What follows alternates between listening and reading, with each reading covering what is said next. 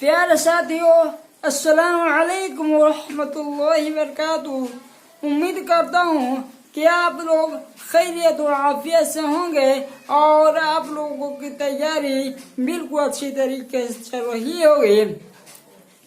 प्यारे साथियों, आज फिर बिहार बोर्ड इंटर परीक्षा 2025 के लिए उर्दू का क्लास नंबर 13 लेकर आप लोगों की खिदमत में हाजिर हुए हैं।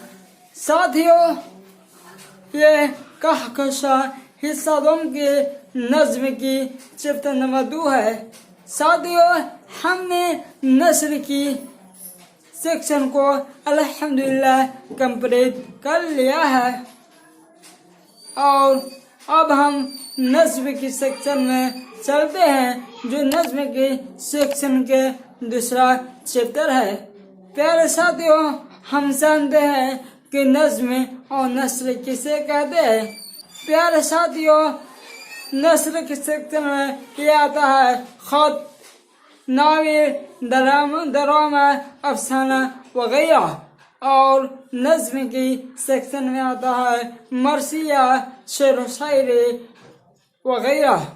आइए आज की क्लास का बाकायदा आगाज करते हैं और देखते हैं आज की क्लास।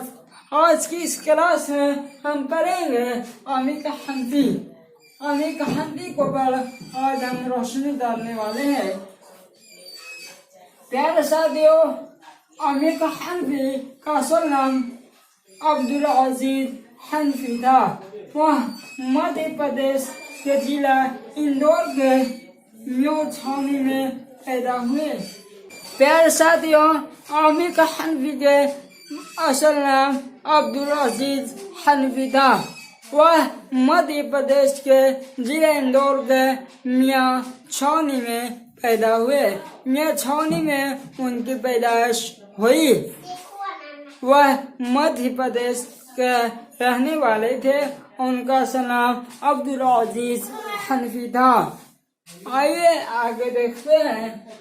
तारीख और सियासत के मज़ामीन में उन्होंने एमए किया।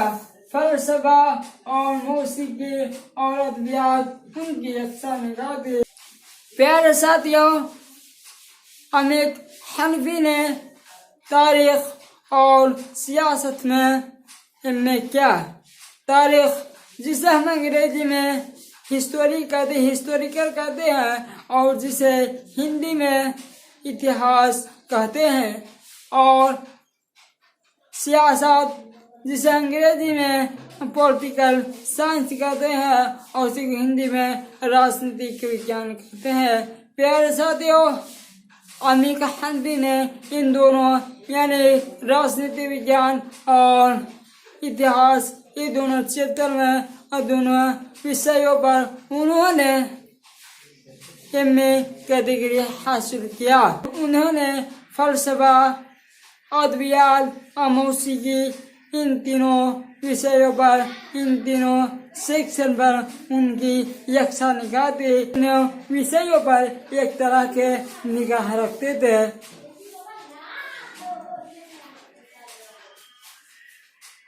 और इंडिया में उन्होंने तवील मुद्दत तक मुलाजमत की, जहां स्टेशन डायरेक्टर के हैसियत से उन्होंने सबका दोस्त हुए।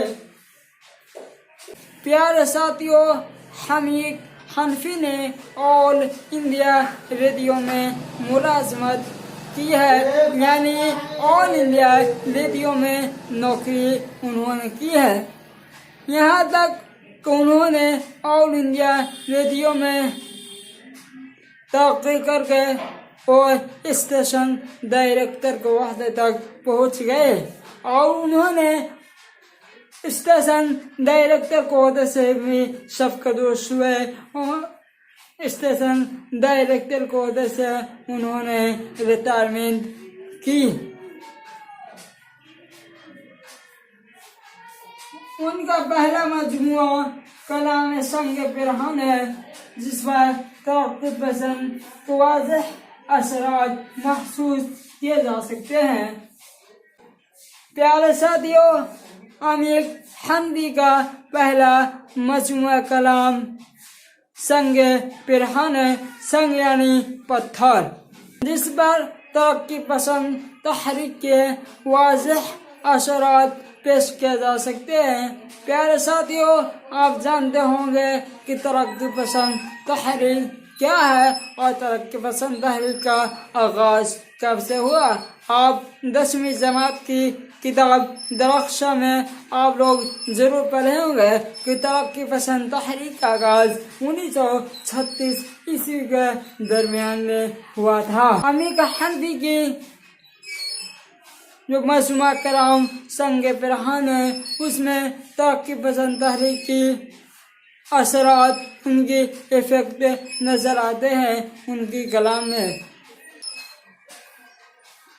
انہوں نے خاص طور پر طویل نظموں کا سلسلہ قائم کیا۔ امیر حنفی نے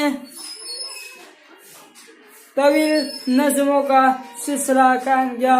انہوں نے کئی طرح کی نظمیں لکھی ہے، جن میں سند باد، شہزادہ، سیارگاہ، شب گشت، سرود النفوس وغیرہ ہے۔ امیر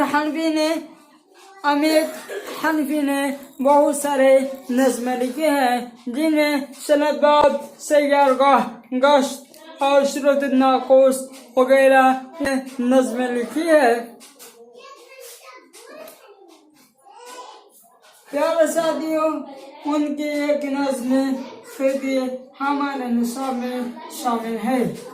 پیارے ساتھیوں، امیر حنفی کی ایک نظم جو خطی ہے ہمارے نصاب میں، ہمارے سلیبس میں شامل کیا گیا ہے۔ پیارے ساتھیوں، اگر آپ کو یہ کلاس پسند آئی تو ہمارے چینل 87 قدری کو ضرور سبسکرائب کیجیے گا، اور اب ہم اگلے ویڈیو میں ملتے ہیں۔ ہم مجھے اجازت دیجیے۔